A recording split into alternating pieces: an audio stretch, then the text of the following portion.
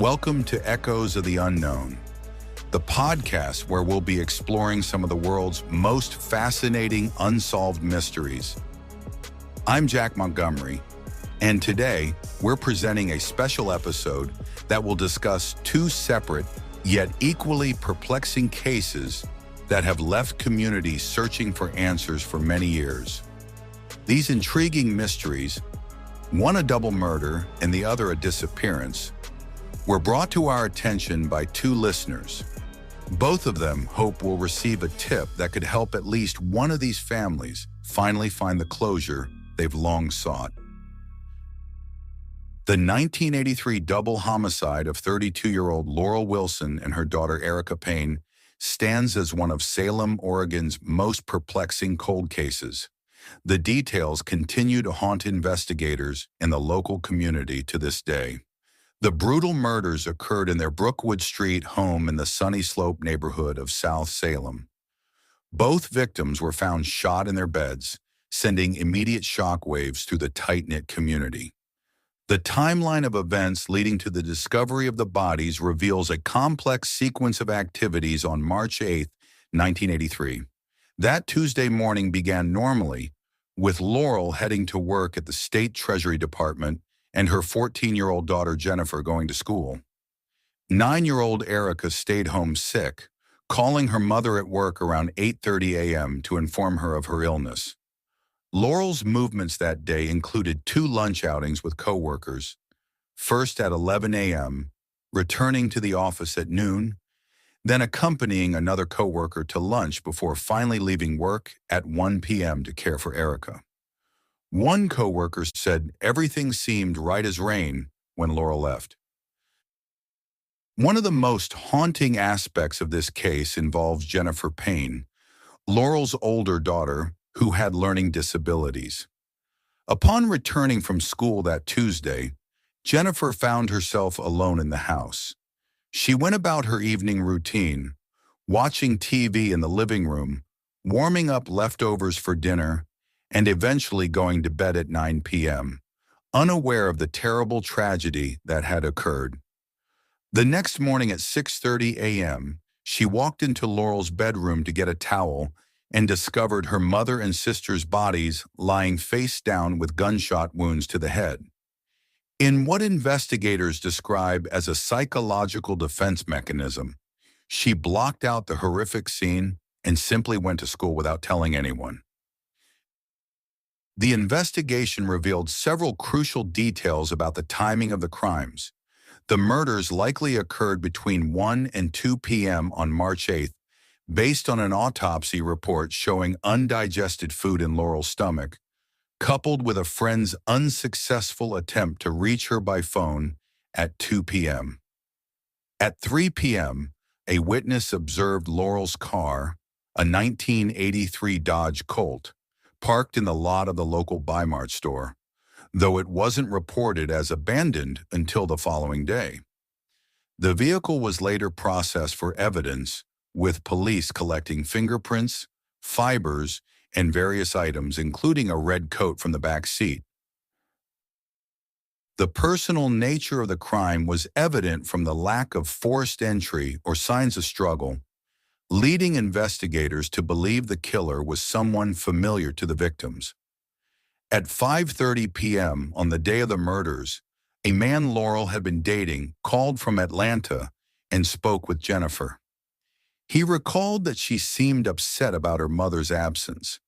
However, the primary suspect emerged as 32-year-old Colby Strom, Laurel's ex-boyfriend, who made several calls to the house that evening. He's the one who ultimately discovered the bodies at 3:40 p.m. on March 9th. Strom, a gun dealer who owned multiple firearms, had reportedly been trying to rekindle his relationship with Laurel. Just 2 days before the killings, Laurel had confided in her sister about Strom's desire to reunite, though she was not interested in resuming the relationship. The circumstantial evidence against Strom included his fingerprints in the house and his inability to account for his whereabouts during the estimated time of the murders. Additionally, phone records revealed a 31-minute conversation between him and Laurel the night before the murders, a fact he initially denied until confronted with the evidence. Despite these suspicious circumstances, Strom always maintained his innocence, explaining that his fingerprints were present because he had visited the house a month before the killings. He moved out of state several months after the murders, and although he remained the prime suspect, no arrest was ever made due to insufficient evidence to support criminal charges. The investigation faced several significant challenges from the outset. While Jennifer was present in the house the evening after the murders, psychologists who worked with her determined she had shared everything she could remember, and her learning disabilities complicated efforts to gather more information. The limitations of forensic technology in 1983 also hampered the investigation, as DNA testing was not yet widely available as an investigative tool.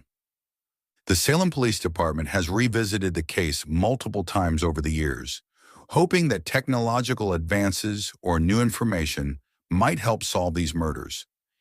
Each review of the evidence has included extensive interviews, community outreach, and the application of new forensic techniques as they became available.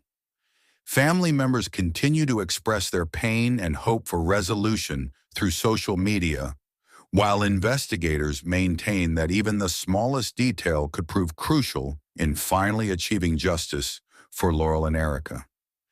The case remains open, with authorities still seeking information that could lead to a breakthrough. The tragic deaths of Laurel Wilson and Erica Payne continue to resonate in the Salem community, serving as a reminder of the devastating impact of unsolved violent crimes on families and communities. The best hope for resolution now lies in someone with direct or indirect knowledge of the crimes finally stepping forward to share what they know with investigators. Now let's explore a separate unsolved case that occurred nearly 3 decades later. 20-year-old Luc Joly Durocher vanished under mysterious circumstances on March 4, 2011 in North Bay, a small Canadian city situated in northeastern Ontario. Luc, a resident of Témiscamingue, Quebec, who was known for his love of music and close relationships with family and friends, had traveled to North Bay to visit friends for the weekend. His disappearance began what would become a years-long mystery that continues to baffle investigators. The events of that fateful night started at an apartment at 683 Sherbrooke Street, where Luc and his friends gathered before heading out to local nightlife spots. The group made their way to Cecil's Eatery and Beer Society in downtown North Bay, but Luc was denied entry due to his level of intoxication, while his friends were allowed inside. Surveillance footage captured him walking westbound on Main Street afterward, providing one of the last confirmed sightings of the young man. Evidence suggests Luc made it back to his friend's apartment, as his coat, cell phone, and glasses were later found there. His debit card was discovered in a nearby snowbank, adding another puzzling element to the case. The last known contact from Luc was a text to his father at 8:51 p.m. that night, and his bank account showed no activity after withdrawing $20 earlier that day. The North Bay Police Service launched an extensive investigation, conducting numerous searches and interviews while making public appeals for information. A development occurred in June 2016 when authorities searched a property on Boucher Street in Témiscamingue, involving both the North Bay Police and the Sûreté du Québec, though the results of this search were never publicly disclosed. The NBPS has maintained a policy of not commenting on active investigations, which includes refraining from public discussions about specific leads or information received. Multiple theories surround Luc's disappearance. While the police initially considered the possibility that Luc may have disappeared voluntarily, this seems very unlikely given his close family ties and lack of warning signs.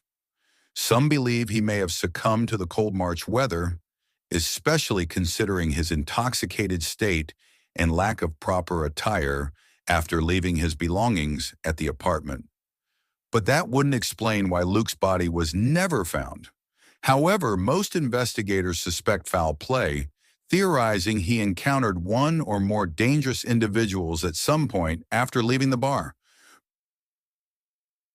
Brett Robinson, the director of case analysis for Please Bring Me Home, whose mission is to solicit tips and investigate missing person cold cases from across Canada, provided information in 2023 to the North Bay Police regarding Luke's disappearance.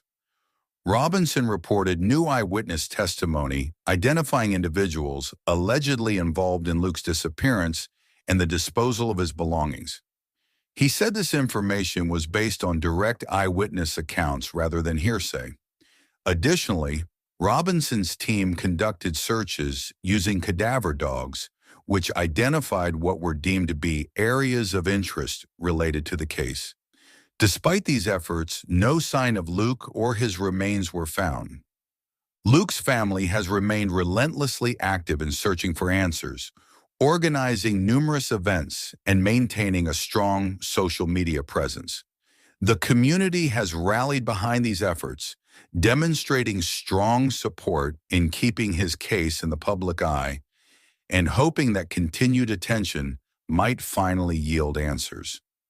Although it is painful to accept, Luke's mother Monique says there's now little doubt in her mind that her son met with foul play. She has expressed previously that recovering Luke's remains, whether or not that leads to criminal charges against those responsible, is the family's primary focus at this point. Both of these cases highlight the devastating and lasting impact of unsolved crimes on families and communities. While technological advances and continued public interest offer hope, these mysteries remain unresolved. The Salem Police Department continues to seek information about the murder of Laurel and Erica, while the North Bay Police Service is still investigating any leads regarding Luke's disappearance. These cases serve as sobering reminders of the challenges law enforcement faces with cold cases, while also demonstrating how the passage of time cannot diminish the desire for answers and justice.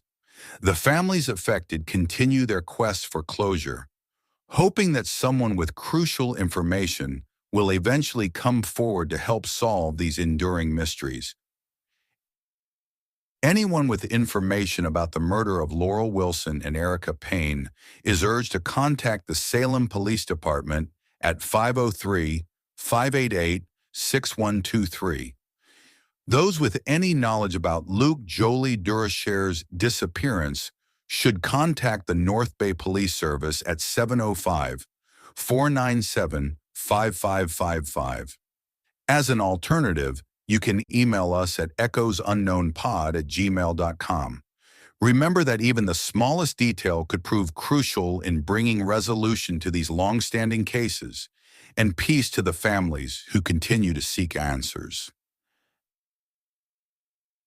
Thank you for listening to this special episode of Echoes of the Unknown. If you enjoyed this episode, don't forget to subscribe, leave a review, and share with fellow mystery lovers. Until next time, stay curious, keep your eyes open, and never stop searching for the truth.